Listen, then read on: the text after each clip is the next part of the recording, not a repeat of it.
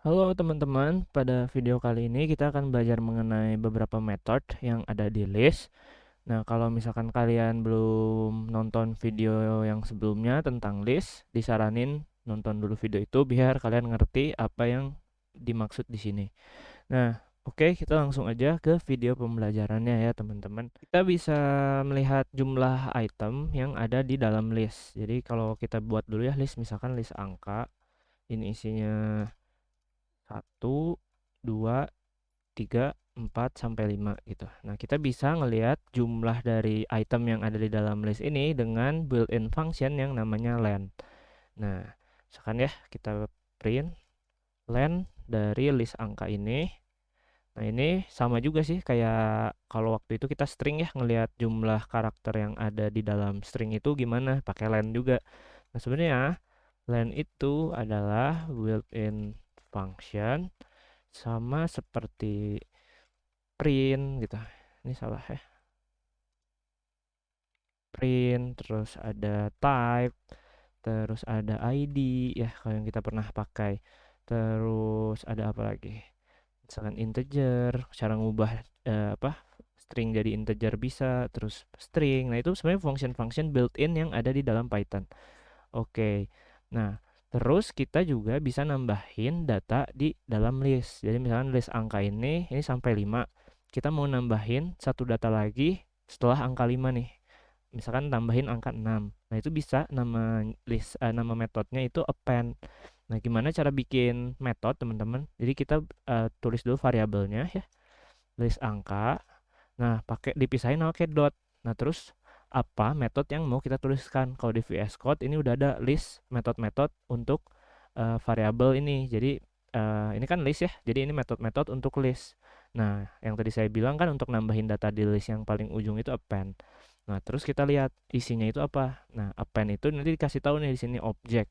Nah, berarti kita masukin aja objek yang kita mau. Misalkan 6 ya gitu ya, kita tulisin. Nah, ketika kita lihat list angkanya, ya kita jalanin filenya. Nah, ini awalnya 1, 2, 3, 4, 5 berubah jadi 1, 2, 3, 4, 5 ada 6-nya di paling ujung. Nah, ini juga kalau misalkan kita nambahin gitu ya, di huruf terakhirnya itu 7 setelah angka 6 itu bisa. Ini kita save, terus kita jalanin. Nah, ini ada 7-nya ya berhasil. Dan teman-teman, kalau append itu bersifat langsung menggantikan list angkanya.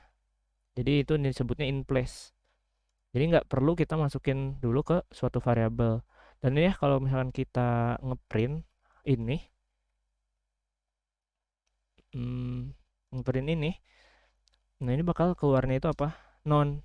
Jadi non itu kalau misalkan si list angkanya nggak apa ini ekspresi yang kita tuliskan itu nggak nge-return apa-apa, itu bakal ngeluarin non, teman-teman. Nah, jadi kita nggak perlu kayak gini. Nggak perlu misalkan masukin, kita mau nambahin tadi kah list angka yang pertama itu 1, 2, 3, 4, 5, terus kita mau nambahin 6. Nah, kita nggak perlu masukin ngebuat variabel baru gitu, misalkan list angka ada 6-nya gitu, nggak perlu ini karena ini nggak return apa-apa. Jadi ini bakal langsung keganti list angka yang pertama kita buat itu langsung nambahin ke belakangnya 6. Kayak gitu. Ini disebut in place kalau kayak gini teman-teman. Jadi langsung menggantikan tanpa harus di-assign ke sebuah variabel. Terus itu untuk metode yang menambahkan di list. Terus metode untuk nambahin data yang lainnya, misalkan kita nggak mau yang di paling akhir gitu nambahin datanya, itu ada lagi metode yang namanya, ingat ya teman-teman, variabelnya apa? List angka. Terus kita pakai dot. Dot apa? Itu namanya dot insert. Nah, insert ini kalau kita lihat di helpnya gitu ya, ada index. Nah, kita mau pilih indeksnya ke berapa. Terus objek yang mau kita insertnya apa. Nah, kalau misalkan kita di antara ini kan tadi ya 1, 2, 3, 4, 5, 6, 7. Udah ada 7 sampai 7 di dalam list angka yang kita buat. Nah, misalnya kita mau nyisipin di antara 2 sama 3 ini 2,5. Nah, berarti kita bisa nyisipin itu di indeks berapa? Jadi di indeks ke 0, 1 sama kedua ya. Jadi kita mau nyisipin di indeks kedua itu 2,5. Nah, kalau kita print lagi angkanya, ya. Nah, ini bakal kesisipin. Jadi setelah 2, antara 2 sama 3 itu ada 2,5-nya di indeks ke 2. Seperti itu teman-teman untuk insert. Nah, misalkan kita mau nge-append apa nambahin di ujungnya itu nggak cuman satu angka kayak gini. Misalkan kita mau ngegabungin satu list sama list lain. Jadi misalkan kita ya list angka, kita mau gabungin itu namanya ada extend. Nah, kalau extend ini kita bisa ngegabungin list sama list. Jadi ini udah sampai angka 7 ya listnya. Nah, kita mau nambahin 8, 9 sama 10. Ini bisa. Kita print lagi. Kita lihat. Nah, ini kenambah ya. Jadi ada setelah 7 itu nambah 8, 9 dan 10. Begitu teman-teman untuk eh, metode yang untuk menambahkan data di list. Terus teman-teman ada juga metode untuk mengurangi data di dalam suatu list. Misalkan kita mau menghilangin angka 2 ini ya.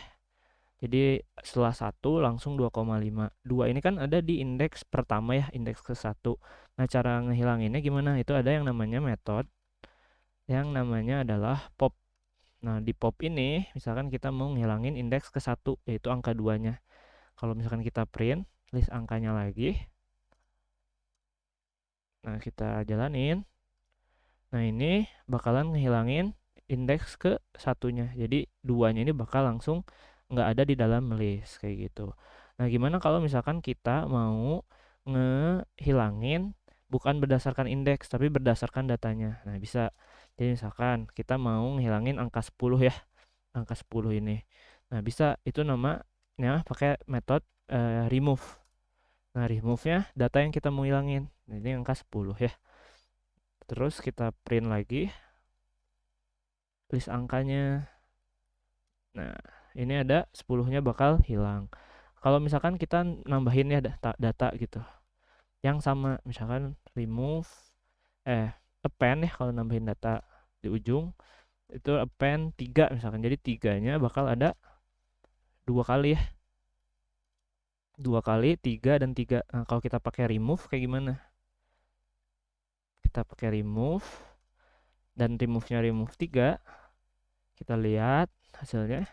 Nah, 3 yang paling ujung ini nggak akan hilang. Jadi remove itu cuman ngehilangin yang paling pertama ketemu datanya. Jadi tiga yang paling pertama itu dihilangkan. Tapi nggak semua data yang 3 itu dihilangkan di listnya. Seperti itu teman-teman. Kemudian teman-teman kita bisa menggunakan metode untuk mengetahui jumlah data dalam suatu list. Nih misalkan ya kita ingin tahu di dalam list kita ini ada berapa data untuk angka 3 gitu ya. Misalkan kita awalnya append dulu nih 3 ya, kita tambahin lagi nilai 3. Nah, terus kita pengen tahu jumlah 3 itu ada berapa di list angka. Nah, itu bisa pakai metode count. Count ini objek yang mau dihitungnya apa? 3 misalkan. Nah, ini kita bisa langsung print teman-teman. Karena ini nge-return sesuatu. Nah, kita jalanin. Nah, ini 2. Jadi jumlah angka 3 di dalam list angka itu ada 2 buah. Nah, kalau misalkan kita ubah jadi 2,5 ada berapa nih di dalam list angka? Nah, itu 1. Karena emang benar 1 ya, tapi 3 ada 2 angka. Seperti itu teman-teman. Nah, untuk mengetahui apakah suatu data terdapat dalam list, ini nggak pakai metode sih, tapi ini penting banget dan sering digunakan. Nah, itu ada yang nama keyword namanya in. Jadi, misalkan kita ingin tahu sebenarnya ya, 2 ini di dalam list angka nggak ya. Nah, kalau kita print, ini bakal nge-return boolean teman-teman. Nah, kalau kita jalanin, ini false. Jadi 2 nggak ada di dalam list angka. Karena tadi 2-nya udah di pop ya di sini. Ini kan menghilangkan 2 ya. Nah, kalau misalkan kita lihat lagi, kalau 2,5 ada nggak? 2,5 ada nggak di dalam list angka? Nah, itu true. Jadi ini bakal nge-return boolean false. Kalau yang ini nge-return true. Karena emang 2,5 itu ada di list angka. Nah, bisa juga misalkan kita cari tahu ya, hello in list angka nggak, bisa aja kayak gini. Nah, ini bakal false ya karena nggak ada gitu teman-teman. Kita jalanin ya false. Ini sebenarnya nggak cuman di dalam list aja. Misalkan kita punya suatu string, kita buat string sesuatu gitu. Nah, ini misalkan aku gitu ya. Aku. Nah, kita ingin cari tahu apakah huruf U ada di dalam string sesuatu. A in string sesuatu enggak? Nah, ini kalau kita print ya, ini false karena A-nya besar ya. Nah, kalau A-nya dibesarin yang di sini, ini bakal jadi true. Kalau sesuatu yang nggak ada ya bakal nge-return false. Ini bakal jadi true. Kayak gitu temen, nggak cuman di dalam list aja untuk keyword in ini. Oke teman-teman, itu beberapa metode yang ada di list. Oh ya lupa teman-teman, ini juga untuk misalkan mau ngurangin data di list, ngurangin semuanya, ini bisa pakai metode yang namanya clear. Nah, ini bakal ngehilangin semua data yang ada. Kita ngeliat sini deh ya. Menghilangkan semua data. Untuk menghilangkan semua data itu namanya clear. Jadi list angka tadi kan udah isinya ada ya, terus kita pakai metode clear. Nah, ini kalau kita jalanin terus kita lihat print list angkanya ya, ini akan menghasilkan apa? Ini bakal kan menghasilkan list angka yang udah di-clear. Jadi data-datanya udah hilang semua. Oke teman-teman, mungkin ada beberapa metode lagi yang lainnya gitu ya. Kalian bisa search aja di Google. Kata kuncinya misalkan Python list method. Nah, nanti di situ ada list method yang bisa kalian gunakan. Kalian coba-coba aja kalau kalian mau gitu ya.